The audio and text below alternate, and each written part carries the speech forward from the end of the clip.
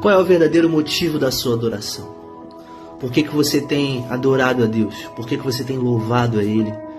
Por que você tem engrandecido o nome do Senhor?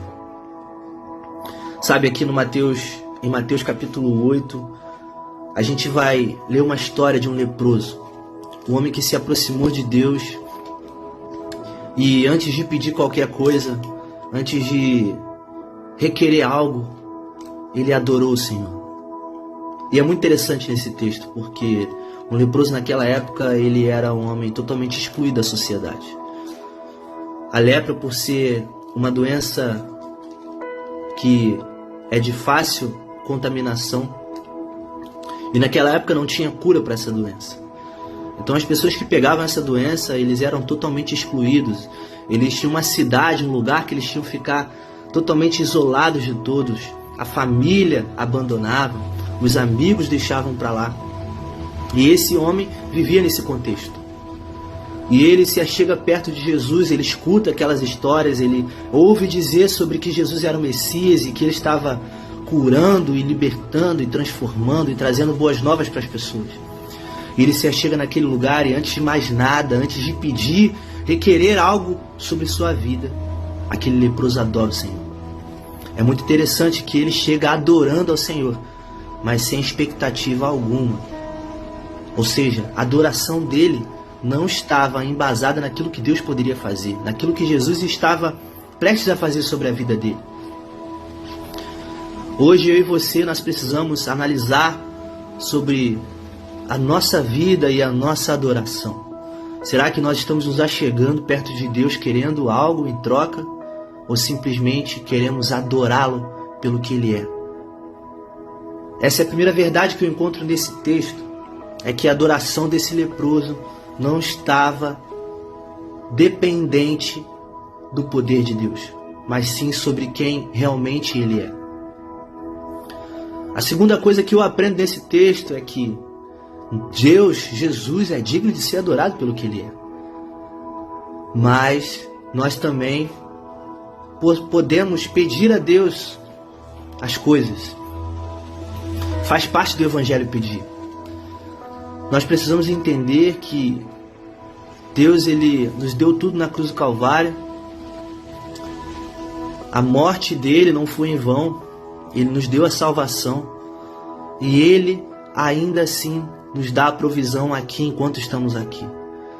Sabendo que nós estamos indo para um lugar onde não vai ter mais dor, sofrimento, não vai ter mais angústia, não vai ter todos esses males que nós vemos nesse mundo afora.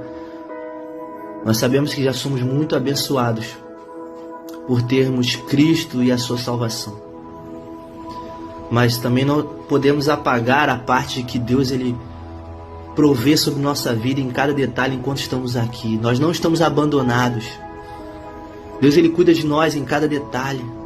Nós não podemos deixar de sonhar. Nós não podemos deixar de caminhar uma vida alegre, cheia de esperança nele. Porque se pararmos para pensar e para analisar a Bíblia, nós vemos que Deus é um Deus que cuida do nosso futuro, mas cuida também do nosso presente. Eu não sei se você tem vivido uma vida onde você foi excluído, onde pessoas te abandonaram, onde talvez você sem culpa nenhuma, ou não foi uma atitude sua que te levou para esse lugar, assim como talvez esse leproso estava vivendo. Talvez a culpa dele estar assim não estava nele, foi alguém que transferiu essa doença para ele. Mas ele decidiu adorar ao Senhor, e ele decidiu pedir ao Senhor, entendendo que Deus poderia mudar totalmente a vida dele. O mesmo Deus que fez no passado, o mesmo Deus que transformou no passado, o mesmo Deus que curou, que trouxe esperança, salvação e luz para aqueles que estavam em trevas, é o mesmo Deus que está aqui hoje, pronto para fazer o mesmo na nossa vida. Mas outra coisa interessante é que o leproso falou assim para Jesus: Senhor, se quiseres, podes tornar-me limpo. Uma outra verdade é que nós sim podemos pedir ao Senhor, mas a verdade é que nós precisamos viver aquilo que Deus quer para a nossa vida. Jesus, no versículo 3, estendeu a sua mão e tocou e disse para ele: eu quero que você seja limpo. Ser limpo. Antes de querer viver aquilo que nós tanto ansiamos, nós precisamos viver aquilo que Deus quer para a nossa vida. É uma verdade que nós precisamos adorar Ele pelo que Ele é. É uma verdade que nós, sim, nós temos que pedir ao Senhor. E outra verdade é que nós precisamos viver aquilo que Deus tem para nós. Porque de nada adianta nós pedimos a Deus cura, transformação, bênçãos, prosperidade, tudo aquilo que vier ao nosso coração, mas se isso não for a vontade de Deus, o que vai adiantar? Certa vez Jesus disse para os seus discípulos: a minha comida e a minha bebida é fazer a vontade do Pai.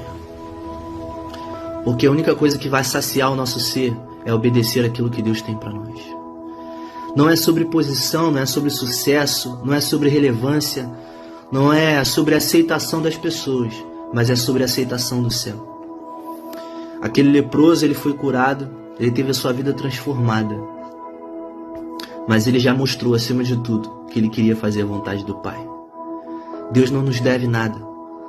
Tudo que Deus vem fazer para nós, por nós, através de nós, é graça, é favor imerecido. Então nós precisamos entender essa verdade. Talvez hoje seja um dia que você se encontra assim. Talvez você tenha se apresentado ao Senhor, o adorando, mas não pelo que Ele é, mas pelo que Ele pode oferecer.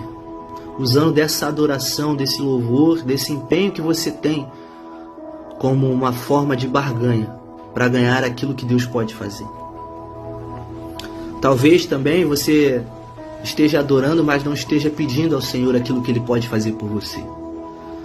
Talvez você, por conta de frustrações do passado, de erros, de traumas, de coisas que fizeram com você, você deixou de acreditar na mão poderosa de Deus. Você deixou de acreditar naquilo que Ele poderia fazer em você. Ou talvez você esteja adorando e pedindo aquilo que você quer no seu tempo, do seu jeito, e não olhando para a vontade de Deus. Mas aqui nesses 3 versículos nós vemos que é necessário nós adorarmos ao Senhor pelo que Ele é, pelo que Ele pode fazer. Nós não precisamos também, nós não temos que apagar aquilo que aconteceu no passado, mas não podemos deixar isso impedir de viver coisas novas no Senhor. E outra coisa é que nós precisamos, e aquilo que vai saciar a nossa alma é fazer a vontade de Deus. Que essa mensagem ela venha chegar no seu coração, que você venha abrir espaço para que Deus venha transformar a sua vida, transformar seu coração. Porque muitas coisas podem nos ajudar nesse mundo afora, nos melhorar, mas a única coisa que pode nos transformar é a palavra de Deus, é o seu Espírito Santo. Que Deus te abençoe onde você estiver nesse momento.